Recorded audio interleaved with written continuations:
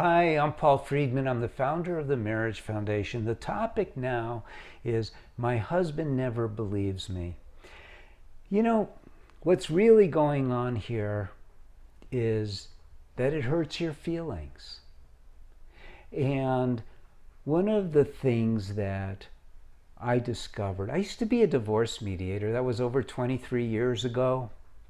And now we've been rescuing marriages for almost 23 years, almost a quarter of a century. But we don't use Western psychological thinking because it has no place in a marriage. What's a marriage all about?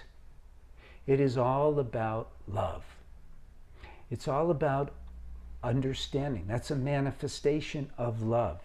You love your husband, so the manifestation of love is understanding, compassion, putting him first, devotion. These are manifestations of love. And so what happens is we have the mind, and the mind is not who we are. We're souls. This is the truth. This is not religious. The fact is you're a soul. You have a body, right? Oh, look at me in the mirror. I have beautiful hair. Not me, I don't have beautiful hair. My makeup is just right, and I am so beautiful.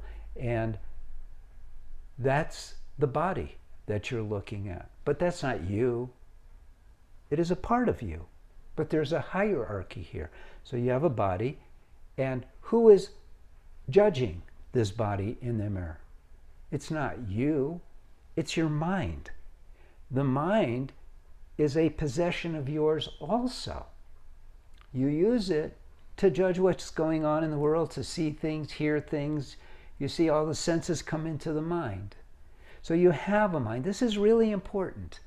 Stay with me on this because this can change your life, just this one video. You're the soul. You have a mind. And you have a body. But essentially, you're a part of God. You're spiritual. And so what happens is the mind is constantly responding to the body's drive to survive. We learned this when we were in school at some point, that what governs all of us is this idea of self-preservation, right? Fight or flight. That part everyone always remembers that. But we don't get it. So you need to get it so that it's not controlling you. What happens is the mind, because it's under the influence of this intense drive to survive. It is intense. Even though we're barely aware of it, it's intense. And part of that is fear. Fear comes before fight or flight. And so the mind is constantly worried. It's worried about, are we going to have enough money? Where are we going to eat? What happens if? All of these things. This is all generated by the mind. Because the soul doesn't care. Frankly, the soul's eternal.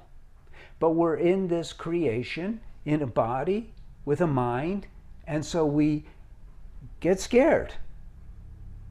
But the true we, doesn't get scared. So what's this thing about my husband doesn't believe me is that it sets up a pocket of fear in the mind and it drives you crazy. The real deal is who cares whether he believes you or not? It doesn't matter.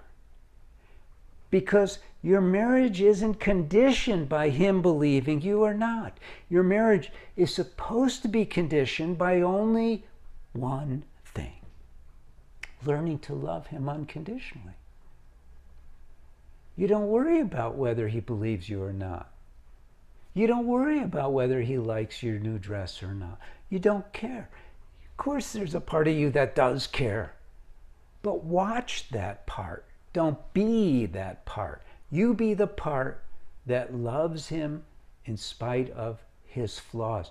Because him not believing you is his flaw, not yours. You're not going to change him. He's afraid of something. He has a mind too.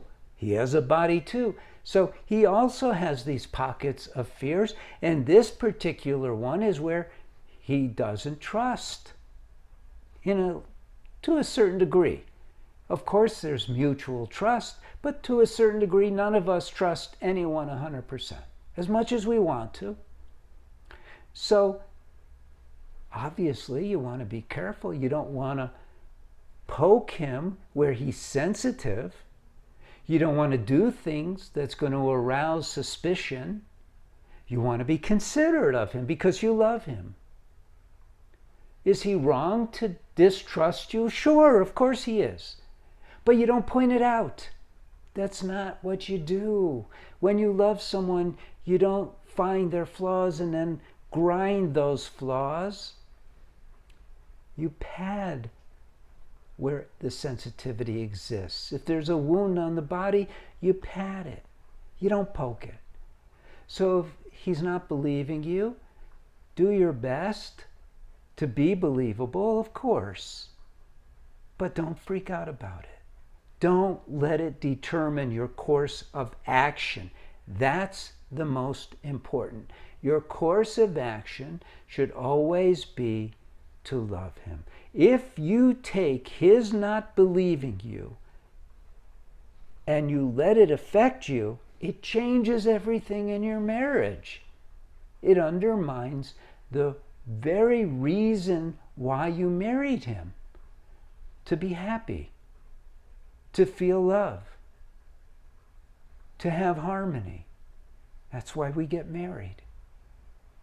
So his error pokes your error, bam, bam, bam, pretty soon you're in this cycle of suffering. So you nip it in the bud.